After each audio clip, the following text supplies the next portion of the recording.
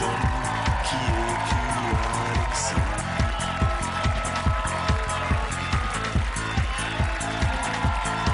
Qui es-tu?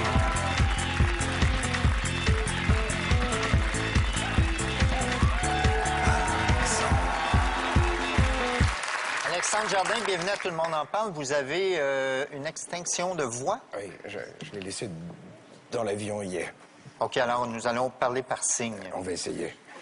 En janvier dernier, vous avez pris votre famille et le monde littéraire par surprise. Au lieu de publier un autre roman, Rose Bonbon, vous avez trempé votre plume directement dans la plaie pour écrire Des gens très bien.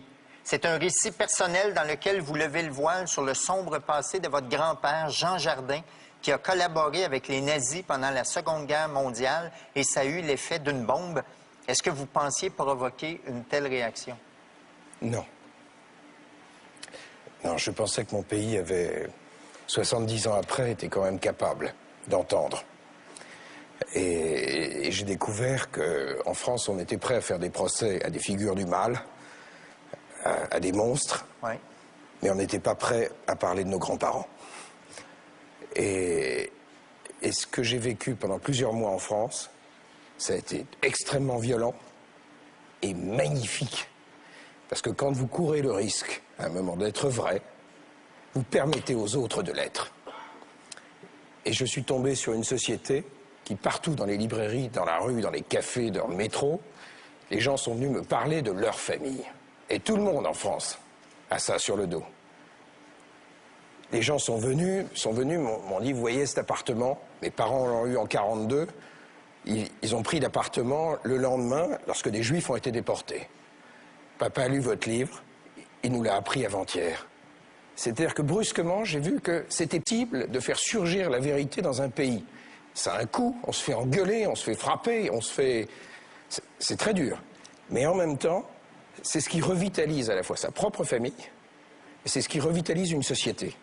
Je vous cite, « Je publiais Fanfan ou Le Zèbre, mais je couchais déjà avec Himmler, qui est le chef suprême des polices allemandes, dont la Gestapo. » Donc, jusqu'à maintenant, on ne connaissait pas le vrai Alexandre Jardin. Je n'arrivais pas à l'assumer. Je n'arrivais pas. Vous l'auriez assumé facilement, vous? Non. Vous savez, vers l'âge de 17 ans, un jour, il y a un copain qui me dit tu sais, il y a un problème dans ta famille. Oh, je dis quoi? Et il me dit ton grand-père était directeur de cabinet du chef du gouvernement de Pétain pendant la guerre. Et je lui dis ouais, mais... Et il m'explique. En fait, c'est le mec, c'est fondamental dans le fonctionnement. C'est celui qui fait tourner la machine. Bon. Qui prépare les dossiers, qui en assure l'exécution, etc. Bon. Il m'explique ça. J'avais 17 ans. Et je lui dis, tu crois, t'exagères pas un peu? Il me dit, non, c'est comme ça. Et il me dit, il y a un problème parce qu'il a été nommé le 20 avril 42, ton grand-père, et la rafle du Veldiv, ça démarre le 16 juillet. Et il me dit, juillet, ça vient bien après avril, donc il est là. Ça, c'était les rafles du Vélodrome d'hiver. Oui. La plus grande arrestation massive de Juifs en France. 13 000 Juifs ont été arrêtés, dont 4 000 enfants. 25 ont survécu. C'est le début de la tuerie, quoi. Et c'était votre grand-père qui... Mais c'est surtout, je dis ça pour les Québécois, mais les Juifs qui ont été arrêtés en France, avant de rentrer dans un train qui les emmenait vers les camps, ils ne voyaient pas d'Allemands. C'était des flics français qui venaient les arrêter, c'était des gendarmes. Ce sont des Français qui les ont arrêtés. Et qui les amenaient à la frontière, Bien sûr. qui les livraient. Bien sûr. C'est ce qu'on voit dans le film La Rafle. Oui, ce sont des Français qui l'ont fait. Et donc c'est l'État français, et en haut, il y a un chef de gouvernement, et il a un bras droit, c'est grand-père. Et donc ce jour-là, quand il a commencé à me... j'ai rien dit à la maison. Vous auriez dit quoi en rentrant chez vous? Non, mais, vous n'en aviez jamais parlé dans la famille. Mais non, mais parce que ma famille me l'avait toujours présenté comme une sorte de héros. Mon père avait même écrit des livres magnifiques à la gloire de son père dans les années 70. Et le dernier, devinez qui avait écrit la préface? François Mitterrand, en 1980. Ça semblait un type très bien. Et puis des années après, un jour, je me balade dans la rue à Paris, je vois des couvertures de magazines, et tout à coup, j'apprends le passé à Vichy de Mitterrand. Mais les Français ne le savaient pas en 80. Ouais. Quand il l'a lu. Et on ne savait pas que Mitterrand avait entretenu des amitiés très fortes avec le chef de la police de Vichy, Bousquet, quoi. Et donc, lorsque j'ai découvert tout ça, je me suis dit, merde, toutes les cautions tombent, quoi. C'est-à-dire Et finalement, ce que j'ai appris à 17 ans, C'était vrai. c'est vrai. Vous écrivez. Si l'on désire brûler une synagogue, il suffit de rameuter une poignée de canailles sans foi ni loi. Mais pour pratiquer un antisémitisme d'État, il est impératif de mobiliser des gens très bien. Pourquoi, selon vous, il faut des gens très bien pour organiser les crimes les plus monstrueux? C'est tout le problème de mon livre. C'est qu'il n'est pas nécessaire d'être un monstre pour participer au pire. Ça n'a jamais été nécessaire. Parce que d'abord, les détraqués et les pervers, ils ne sont pas très nombreux. Ah ouais. Dans n'importe quelle société, il y en a très peu. Les gens capables d'attraper un gosse et de le jeter dans un four, ils ne sont pas très nombreux. Donc si vous voulez faire ça à grande échelle, il va falloir mobiliser beaucoup de morale. C'est toujours la morale qui précède le crime d'État. Mais c'est partout pareil. Lorsque Bush a commencé par dire « il y a un axe du bien et du mal », les bombardements n'ont pas été très loin. C'est-à-dire que dès qu'on commence en politique à jouer à très haute dose avec la morale, c'est presque toujours dangereux. C'est ce que j'ai appris avec mon grand-père. Et donc je me suis retrouvé avec une famille qui vivait dans un état de cécité, et puis progressivement je me suis rendu compte que tous les copains de la famille, tous les gens que je voyais à la maison, dès que je faisais la moindre recherche, je découvrais qu'ils avaient un passé de cauchemar. C'est-à-dire, je découvrais même, par exemple, il y avait un ami de la famille qui était un ancien Premier ministre de Charles de Gaulle, qui était Couve de Murville. Ça ne veut rien dire ici, mais en France, c'était un gaulliste énorme. Eh bien, je découvre qu'il était à Vichy, au ministère des Finances, jusqu'en mars 1943, qu'il a travaillé sur des dossiers d'arianisation de l'économie. Arianisation, ça voulait dire qu'on volait les entreprises qui appartenaient à des Juifs. Et l'État français, pendant la guerre, a fait ça à très haute dose. Donc je découvrais tout ça. Mais même, il y a encore 15 jours, il y a une historienne qui m'a sorti d'archives allemandes, parce que, alors depuis que j'ai sorti le bouquin, maintenant les archives remontent. Bon. Et un ami de la famille que j'adorais, dont je parle dans le livre, que je croyais communiste, qui s'appelait Soko, qui était farfelu, un fou, marrant, ben finalement, c'est un agent de la SS. Quelle famille, hein? Je veux dire... Alors, quand je suis tombé sur son dossier dans les archives allemandes, avec les noms de la section 6 de la SS, avec les adresses, les trucs, c'est-à-dire que je suis issu de ça.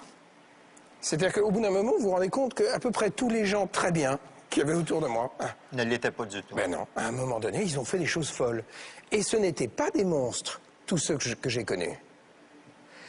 Or, au fond, dès que les gens très bien dans une société rejoignent les fous, c'est là que ça devient la fin du monde.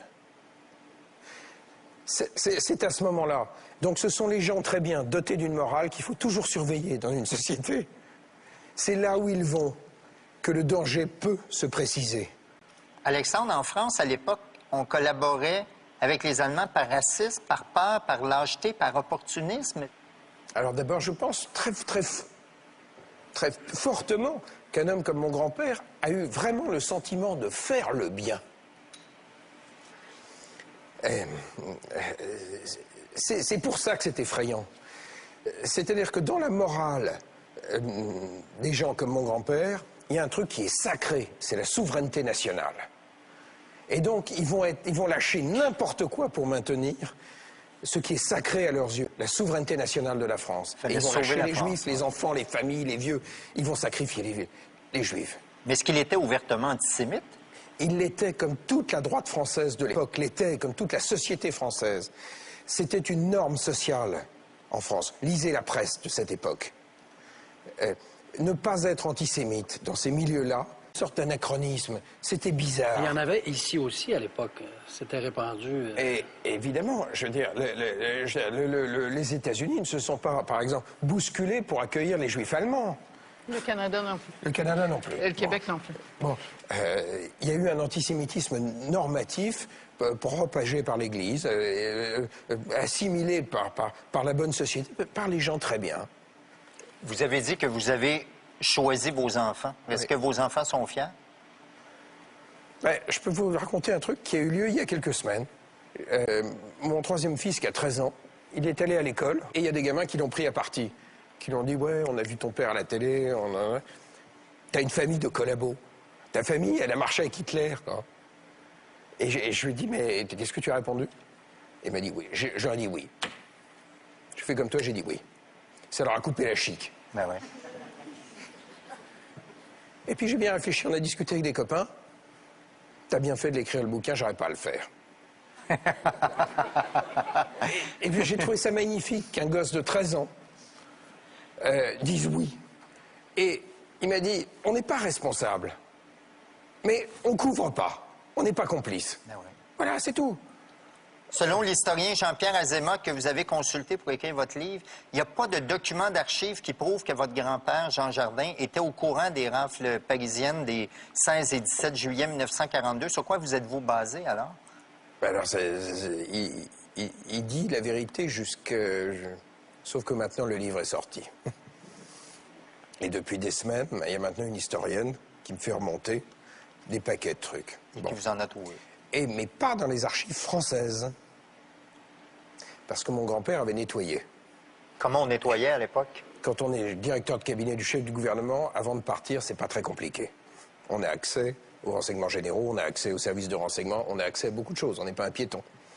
Et comme il y savait à peu près un an avant qu'il allait partir, quand il part fin 43, de toute façon, l'issue de la Seconde Guerre mondiale est pliée. Donc il sait qu'il faudra rendre des comptes. Mais il n'avait pas pu toucher à ce qu'on appelle en France les archives de Berlin. Ce sont les archives que les Français ont rapatriées à Paris en 1945 et qui concernent les rapports avec Vichy, avec la France. Et c'est là-dedans Qu'il était. que les documents commencent à sortir. À la fin de la guerre, les Français qui avaient collaboré avec les nazis ont été condamnés et pourchassés. Jean Jardin s'est d'abord exilé en Suisse, mais il est néanmoins devenu un homme très influent dans le milieu politique français en contribuant notamment aux caisses de parti. Comment a-t-il réussi à faire oublier son passé de collaborateur? Alors d'abord, aucun directeur de cabinet n'a eu de procès après la guerre. Il y a une fiction en France qui marche. Si vous êtes ministre, vous êtes responsable. Si vous êtes directeur de cabinet, vous n'êtes pas responsable politiquement. Donc il n'a pas eu de... S'il était resté en France, il aurait été tué. Bon. Au moment de la libération. Bon. Mais comme il n'était pas là, il est revenu plus tard. Et c'est vrai que mon grand-père, qui était probablement un des plus intelligents de la bande, ensuite est devenu un des grands financiers de la vie politique française. Ce qui fait que quand moi j'étais petit, je voyais les valises de billets de banque qui circulaient. Et puisqu'il venait s'approvisionner chez grand-père. Mais inutile de dire que l'homme qui est dans le classement des partis politiques français jusqu'en 1976 est inatteignable. Je veux dire, ce sont des hommes de pouvoir d'une puissance invraisemblable. Le livre Des gens très bien est un jalon important, un point tournant de votre carrière d'écrivain. Mais est-ce que vous allez encore être capable d'écrire des grandes histoires thématiques d'amour? Est-ce que l'ancien Alexandre Jardin est toujours vivant? Non, il est mort. Et tant mieux. Mais vous reniez pas votre œuvre. Non, du tout. Ce sont mes livres qui me renient. Ce sont des romans de fuite. Ce sont des romans qui font rêver et qui ont fait rêver et qui ont été écrits par un homme qui avait besoin de quitter un réel qui était insupportable. Aujourd'hui, j'aime sauter dans le vrai. J'adore ça. J'aime ce qui se passe pour de vrai. Mais est-ce que vos anciens lecteurs seront vos prochains? C'est drôle. Il y a des libraires qui m'ont dit ça au début, mais vous n'avez pas peur? Je dis, la seule truc qui me fout la trouille sur Terre, c'est de mourir avant ma mort. Or, j'ai 46 ans. C'est l'âge qu'avait papa lorsqu'il est mort. Et j'ai voulu régler cette affaire-là avant de franchir cet âge-là. Et c'est fait. Parce que papa est mort de cette cécité. Parce que toutes les familles qui ont un pédophile, qui ont un truc, qui ont un énorme merdier comme ça, et qui se taisent, sont des familles qui meurent. Tous les pays qui n'arrivent pas à vivre avec le réel sont des pays qui meurent. Parce que le rapport qu'on entretient avec le vrai, c'est le rapport qu'on entretient avec la vitalité. Donc, lorsque vous me dites, mais est-ce que je vais perdre mes lecteurs? Peut-être, mais je serai vivant. Et c'est plus important. Eh oui. Chantal Hébert est une ancienne lectrice. Merci.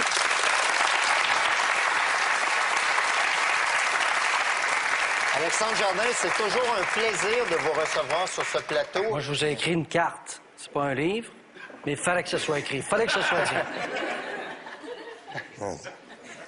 À vous voir noircir des pages avec vos thérapies familiales, c'est à se demander si vos droits d'auteur ne devraient pas être retournés à vos lecteurs pour services psychologiques rendus.